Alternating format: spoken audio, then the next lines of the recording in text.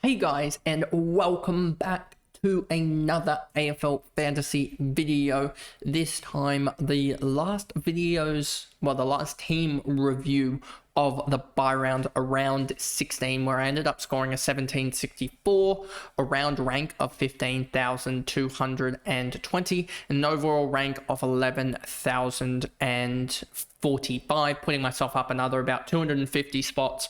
Hoping for top 10k still, but yeah, we're just hoping at the moment as well. With we've had some injury news and just other things like that this team shouldn't be in as bad a situation. Hopefully, now that we're out of the buys, I looked as well and saw that we are roughly about 1,500 spots or so above what we were entering the buys. If we just go to here, you'll see that as well.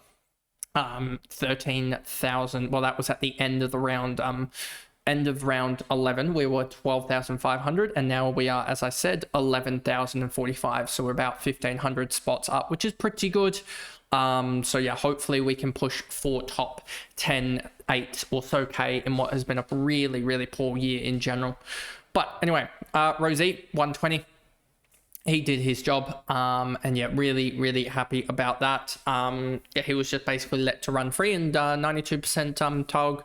He just really looks good. We'll see how he goes against Brisbane, but the ball should honestly be living down back there, you would expect. Is that the next game? Yeah, he's got Brisbane. Wayne Malira 109. Pretty happy about that. He's done his job there as well. He's just been ultra consistent. Basically, three bad scores the whole year, and one of them that I just said is a 91. But his top score is only a 134, I believe. So really has shown that he has just this ultra consistency, I would say, is probably the way to put it. So yeah. Then obviously Zorko on the bye. Harry Sheezel, 65. He's been battered, bruised, etc., but he still continues to put up decent enough performances. That was his second score below 90, which when you think about in the context of the year, it's not actually the worst outcome. He's still averaging 104.5. It's just you've got some of these guys averaging 4 or 5 points better in Rosie and also Wayne Malira, and Zorko is a little bit better than him. Jack Sinclair's falling back down a little bit. Last couple games he's done really poorly, 64 and a 79. So yeah, he could be potentially someone that we look at moving on, but I just know that when we look at moving him on, he'll have a really strong return to form. But this year has been really surprising. He's had 4 really poor games, and then a couple of other 90 scores as well. So 4 poor games out of 15 plus 3 or 4 90. He's only tonned up, I think, in half his games. What's that? 1, 2, 3, 4, 5, 6, 7 tons out of 15 games is really poor output for Sinclair. And then Mills, a 67, that was poor. As yeah, Sydney, it was basically 3v3. It was, as I said on the live stream on Monday night, it was basically Brodie Grundy, Isaac Heaney, and Errol Goulden against Fraser, Tim English, and Lockie Bramble. And no one else really scored too well. If we just quickly have a look at it, if we go to Match Center AFL matchups here, and we go back to round 16, and we go back to this game here, you'll see Brodie Grundy, Errol Goulden, Aaron Norton scored 121, but no one really owns him. Isaac Heaney, Fraser, and then Lloyd a 116, and then Bramble 104. So you can kind of see there was a couple of other names in there, but mostly it was just the big sort of names I mentioned there that really just stood out for their respective sides, I guess, in a way. And there was a lot of just really poor scores in the 60s here in this game with Ed Richards, Callum Mills, Bontempelli in the 70s as well. So yeah, there was a couple of really poor scores in there. So then we move on to the midfield. Caldwell obviously on the bye. Caleb Sarong, 62. So right when you thought, oh, he's back to wits, he gets tagged out of a game and probably copping a tag next week. So that kind of sucks. Yeah, just when you thought he was back to his best, he decides that he just doesn't want to basically do well. I mean, it kind of tough that he copped the tag from what I saw of it. Then Nick Dacos 137, as this is struggling to actually load these guys for some reason. Their past games. Nick Dacos 137. Yeah, after a 102 the previous week, he's been back to his best, and so yeah, he's backfiring, and 137. I think I said this in the preview video for the team. Basically said that it was going to be Brodie Grundy and Nick Dacos. I was going to go bold a little bit, or maybe I put it on Twitter or something like that.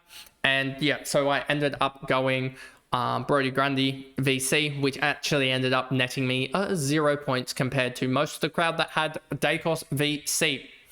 But I was glad that Brodie did end up scoring really well there. Bont 72, Butters 79, as you'll see, went Butters over the likes of Luke Jackson, and that didn't really work. Doherty 93, he's been putting out some performances and gaining some cash, which has been some good things, but he could probably start to slow down soon, so worrying signs there as Carlton go into probably a full rebuild or just a list adjustment period, because yeah, they are looking poor, but in the last 5 games he's been really good and had him pretty much since the bye, so been able to net quite a lot of cash. If we just go back to round 12 and check what I got him in for, it would be round 13 actually that I got him in. Round 14 I would have got him in. If we check that, yeah, I got him in for 821k, and now he's up already in 3 weeks up to the 909k, so that's 88k made, which is quite good. Angus Sheldrick probably coming to the end of his time, probably this week as well, that he's got to move on. For him and Ollie Lord, probably got to move on now this week, because yeah, cash gen for them is basically cooked. So yeah, he gained 27k this week, and Ollie Lord in the end, Cooper Lord, not Ollie Lord. Cooper Lord dropped 13k, so they made 14k between them in the week, which is all right. That was good. And then Tom McCarthy 95, just yeah, basically needed to just play him in the midfield just because of all the guys that were DMPs and stuff like that. Brodie Grundy 137 doubled. That was really good to see, and he does have Fremantle this week, which will be probably a tough matchup. Don't exactly know, but yeah, he probably has a toughish matchup. And then you've got Tristan Cherry against English and Darcy. That'll be interesting to see how that goes. But yeah, 93 from Cherry was a little bit annoying. Good to have Bazza Smith back next week, because him not being there, another DMP, I just managed to really just have a lot of 50s and 60s scores, which probably held back my week from being an ultimate week. Matthew Kennedy, 86, his first sort of dull game for us. I'm pretty sure I grabbed him for round 13. So he's gone and scored in the last 4 weeks. 39, 53, 39. So he scored 439 points in 4 weeks, which is an average of almost 110, and 110 across his last 5 weeks. So yeah, he's been pretty amazing for us. Jack McRae, 89, so he's gone 82, 104, 89. Not the greatest, but not the worst last 3 weeks, averaging 91.7. Just got to hope that against Hawthorn he can pick it up again and really step into gear. Petrarca, 105, that was pretty big as well. I always get these two confused. Sam Darcy, 56, basically didn't touch the ball after quarter time, even though he kicked 3. He still only scored a 56, which pretty disappointing that happened in the end, to be honest with you. Thought that could have been a lot more, but now comes up against North, which he'll probably towel them up and get back to his best, which will be good for all of us that have him. And then Cooper Lord, 63. I was just glad that he put up a decent enough score after being subbed out on a 24. That could have been, we could have still been potentially looking at, if that 24 is like another 60, that's probably 60 or so K differential there. I'm just thinking about. So yeah, he could have easily been 670k, and trades would have been a lot easier, but it is what it is. Gross, Simpson, and Camporelli, DMPs, a lot of DMPs for this side. So what am I actually realistically looking for in my trades this week? It probably is just a simple Sheldrick and Cooper Lord to Ralston and a premium, I would say. If I go here and I go to Ralston, I'm going to fall just short on, I'm just thinking about it in my head. I'm going to fall about 20k short. If I go to, can't get to a Martin by like about 50k. Kind of sucks, because that would have been an obvious trade or flip, I would say. But yeah, can't do that. And is there any other rookies that are just a very much, if we go to break evens, Duar, and then May, Ramsden. So what's Ralston's break even? -22. So I think he's the guy you're going to go for. And then for me, am I able to put someone in the forward line, or do I need to actually grab another forward? I'd probably need to grab another forward just looking at it. So yeah, gonna need to grab another forward. And then if we look at last three, it's probably Luke Jackson or Dylan Moore or something like that. Yeah, so it's probably going to be a Jackson anyway, which I could have just negated that by grabbing up him last week instead of a Zach Butters, who I grabbed up and ended up, gaining 1K. So yeah, if I had gotten Jackson, I would have been pretty close to grabbing Nick Martin this week. But anyway, I probably wouldn't have grabbed Nick Martin this week anyway because of the 147 break even. But yeah, I think Luke Jackson this week is probably the guy for me to grab. And then the team would look something like this. Let me just rearrange this by price order just to make this look decent. That's what it is there. And then like so, I think, yeah, that looks about right. There we go. There we go there. And then it would be, yeah, like that, I believe, as well. And then just changing that up as well there.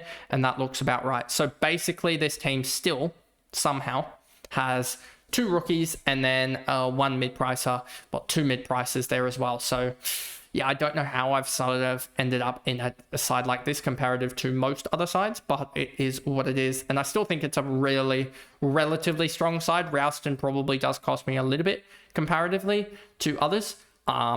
But it is what it is, I guess, with that. And yeah, that is the video there. Those will probably end up being my trades, but we'll see how it ends up. But if you guys did enjoy that video, remember to like and subscribe, turn the notification bell on so you know when I upload, and I will see you guys in the next video. Bye, guys.